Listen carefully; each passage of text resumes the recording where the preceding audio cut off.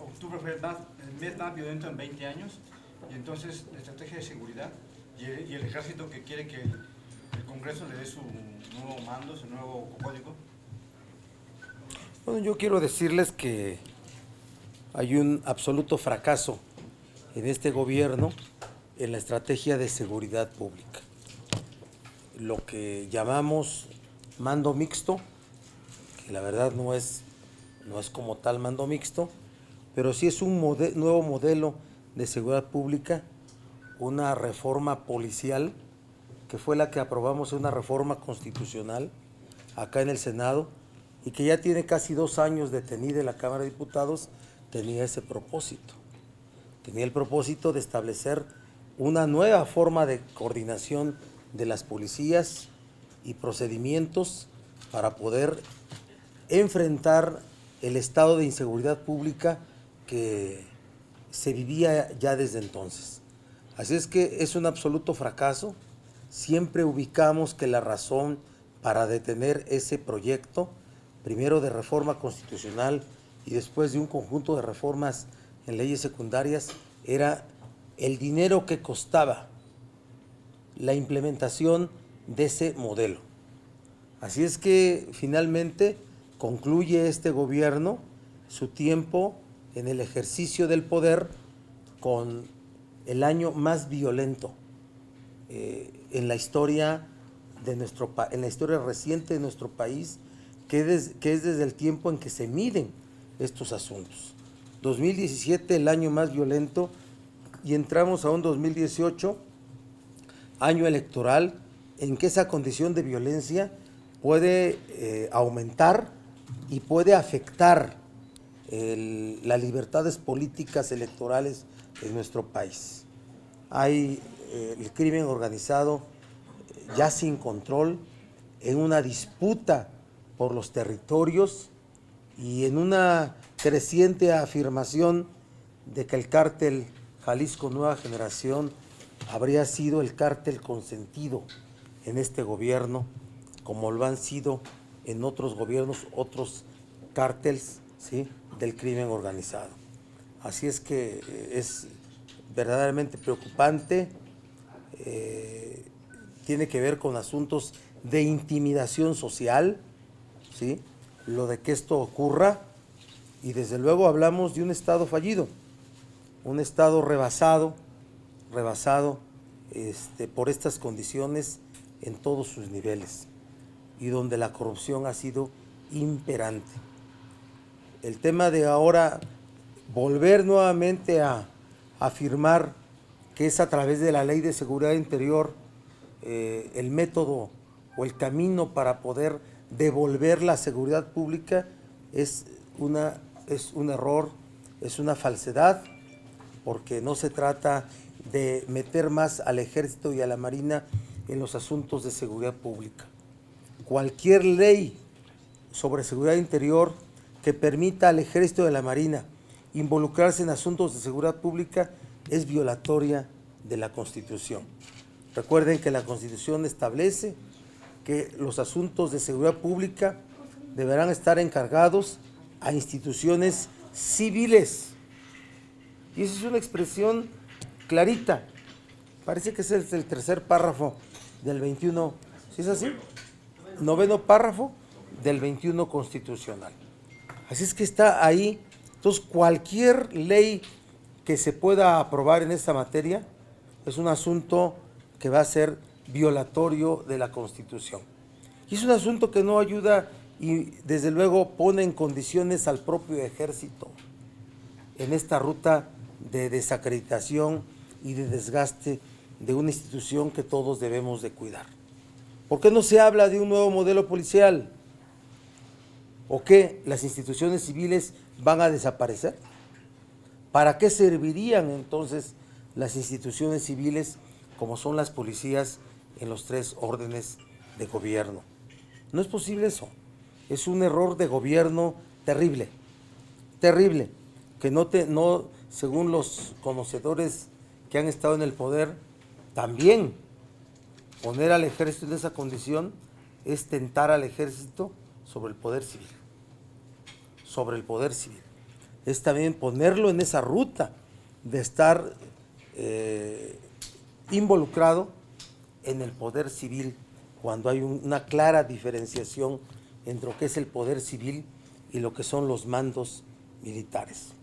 Yo estoy seguro que el ejército inclusive no quiere que esto ocurra, pero es eso que ocurrió hace rato cuando pudo verse o se percibió como un reclamo del general Cienfuegos, de quien yo expreso todo mi respeto y reconocimiento. No era así. Era un tema también de reproche a la condición en que se ha puesto al ejército, que desde hace tiempo está encargado de estas labores. Porque además,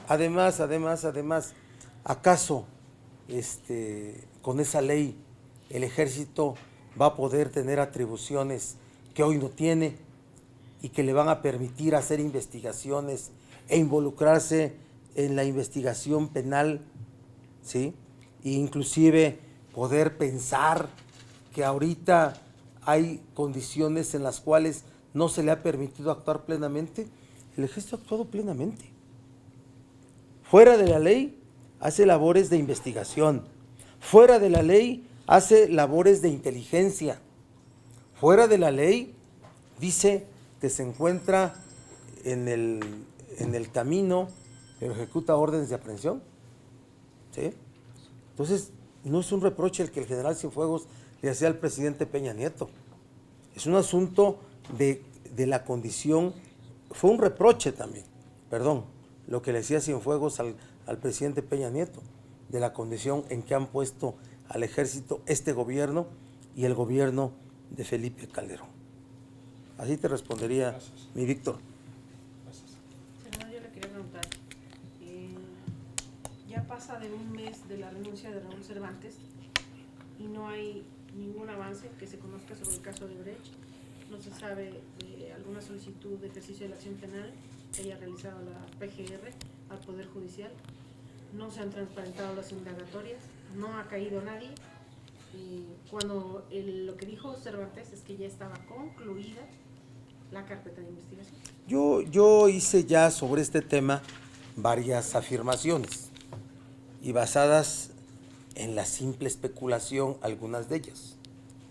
Cuando en la carta que entrega a la Junta de Coordinación Política el entonces procurador Cervantes y anuncia su salida, y en un párrafo dice que deja concluida la carpeta relacionada con los casos de soborno más escandalosos en América Latina, refiriéndose indudablemente, sin decir su nombre, al caso de Brecht, a mí me provocó una incertidumbre, ¿sí? ¿Por qué lo dijo? ¿Por qué lo puso? ¿Por qué lo puso? O sea, a ese nivel de servidores públicos, a ese nivel de gente, no se ponen las cosas imprudentemente. Lo dejó puesto como un alfiler que le dejó al presidente Peña Nieto, ¿cómo se dice? Insertado, marcado en una de las partes más sensibles de su gobierno, ¿sí? Le dejó dicho: ya terminé la carpeta de investigación en el caso que lo involucra a gente cercana en los casos de sobornos, y dejo dicho eso para que el que llegue no tenga de otra más que ejercitar acción penal.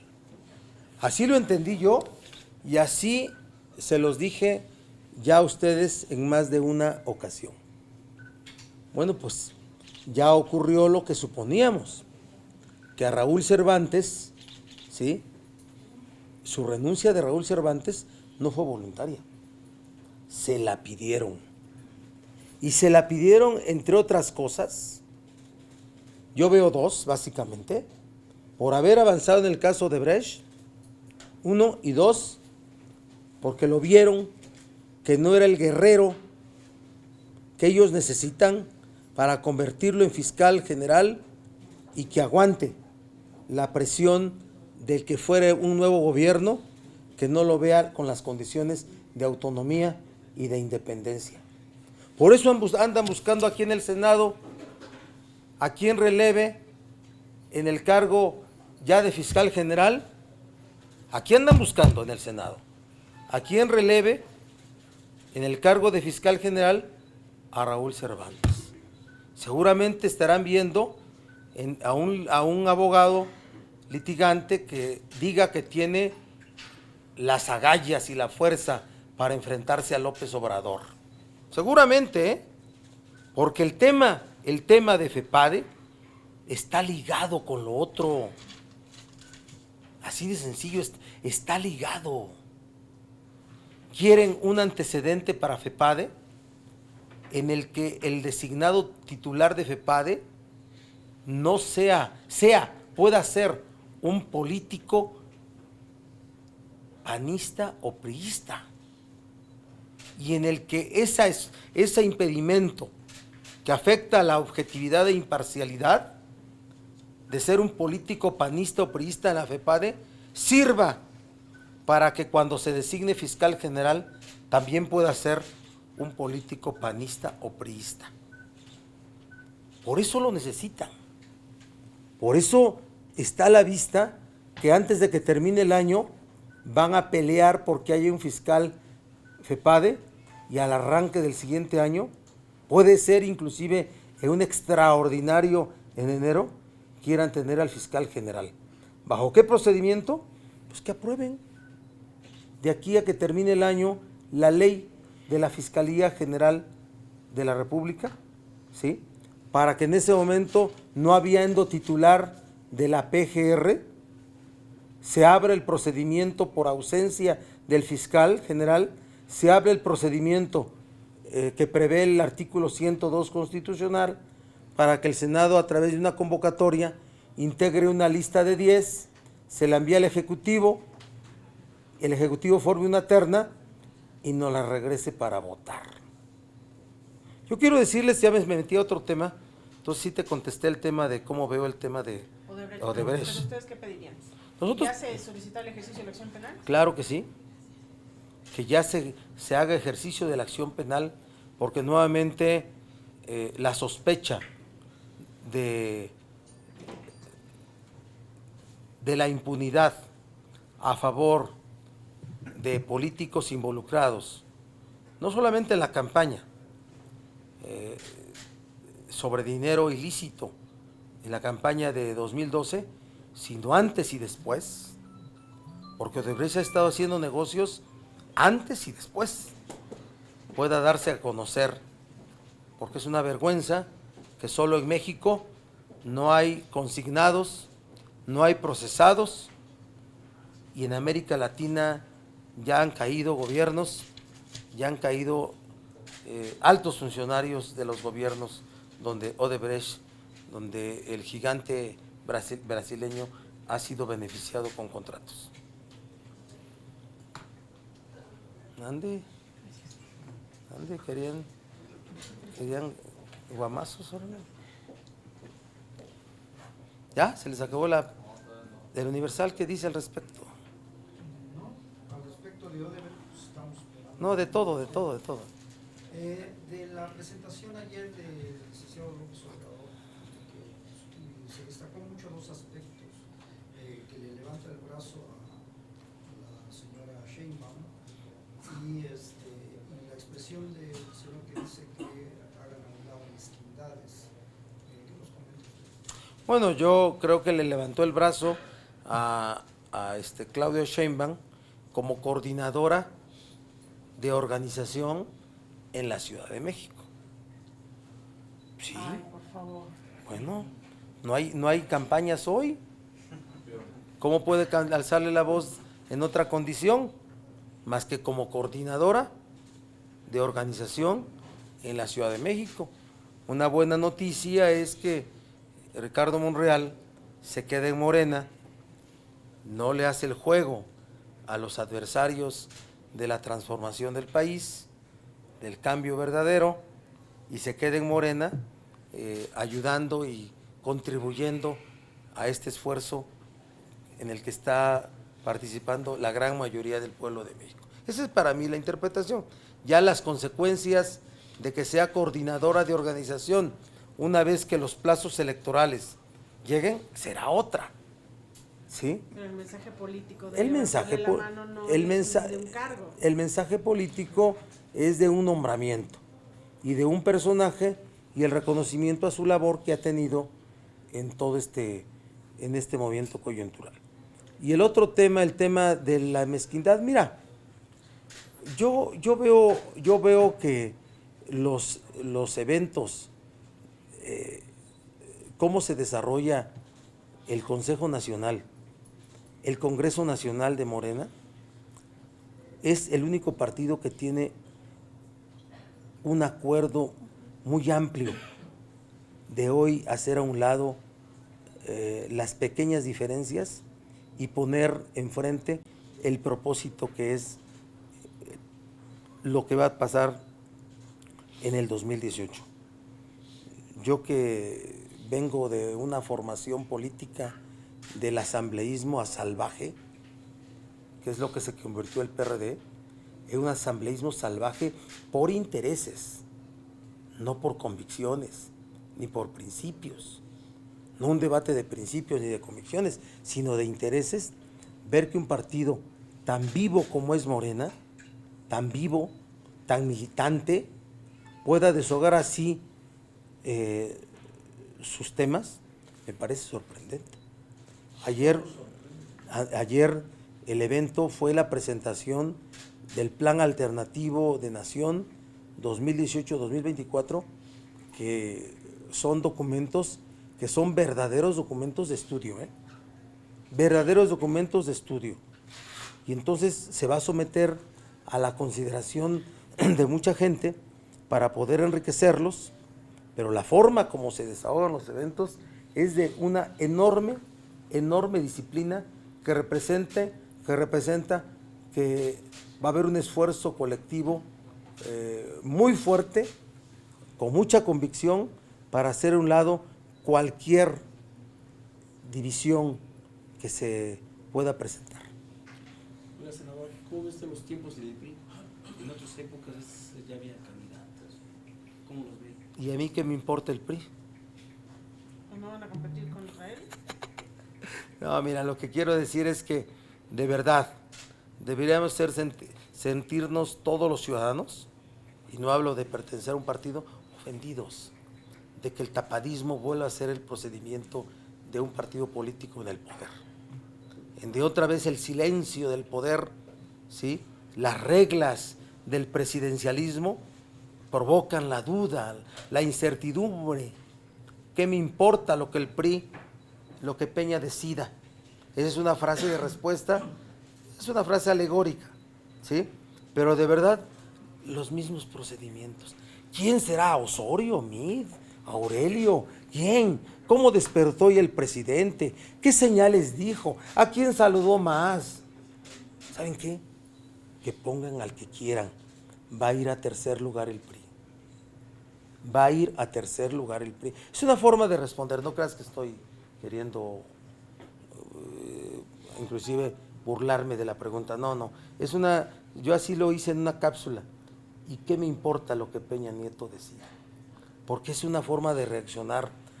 Seguimos leyendo los libros de los años 80, ¿verdad? La silla, ¿cómo se llama? La silla de la ¿cómo se llama, Chaparro? La silla del águila, ¿no?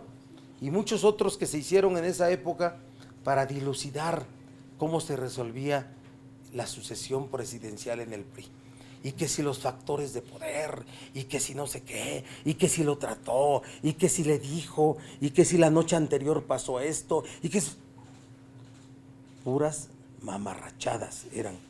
El que decidía todo siempre fue el presidente de la República, en ese presidencialismo estúpido que se instaló desde el ejercicio del poder en México desde los años 30. Una pregunta sobre ayer López Obrador anuncia que va a dar a conocer el 14 de diciembre a 8 hombres y 8 mujeres que formarán parte de su gabinete. ¿No se esperan divisiones al respecto? No, en absoluto. Hay cuestión, ¿qué espera de este anuncio de diciembre? A ver, mira, yo lo entiendo como el anuncio de gente que va a formar parte del equipo de gobierno de López Obrador. Yo así lo entiendo, y es nuevamente López Obrador poniendo la agenda, poniéndose mucho antes que los otros partidos puedan hacerlo, porque en otros partidos es el reparto, aquí no hay esquemas de reparto.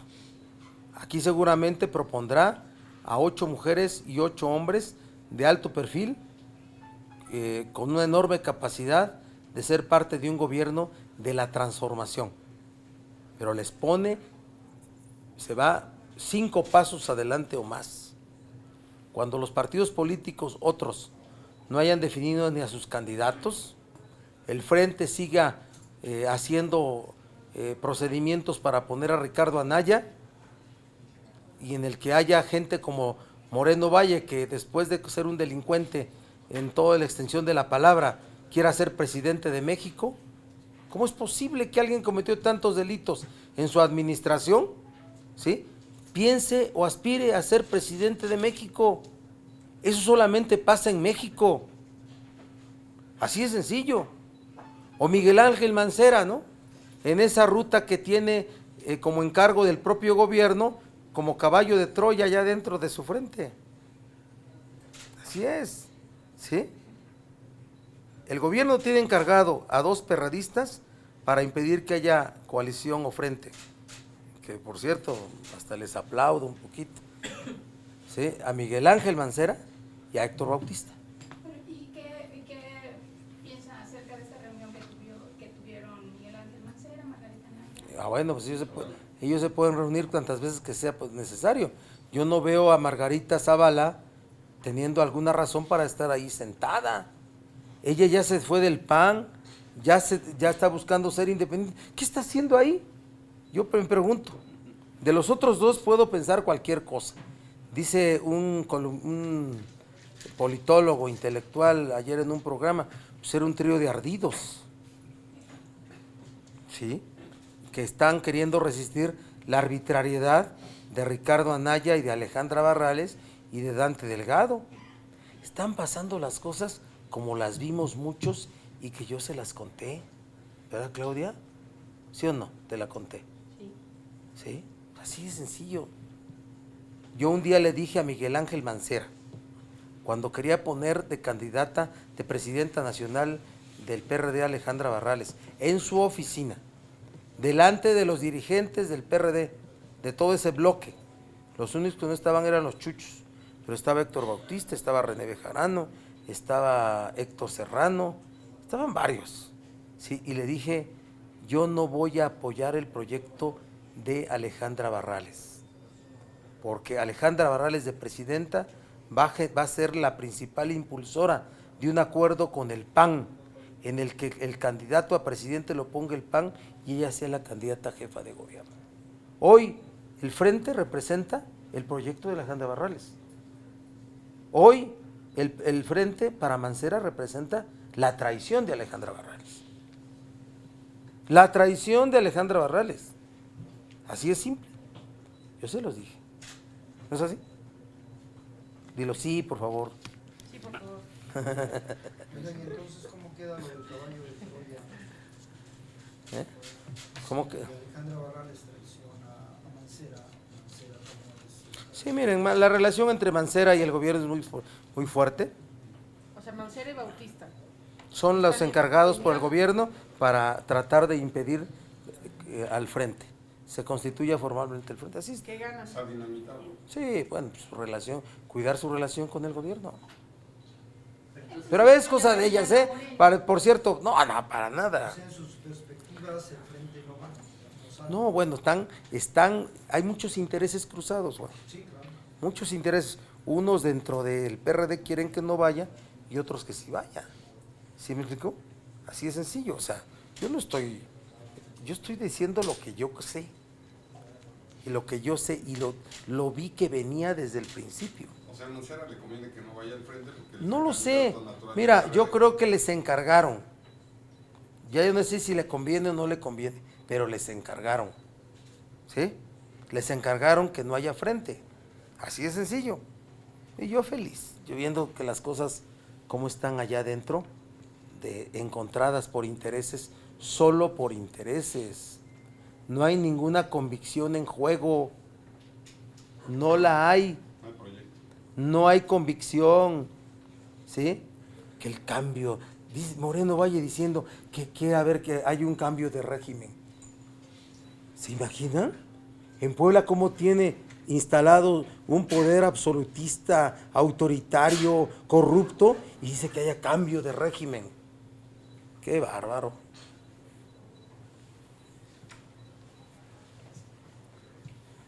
Otra ¿Eh? pregunta,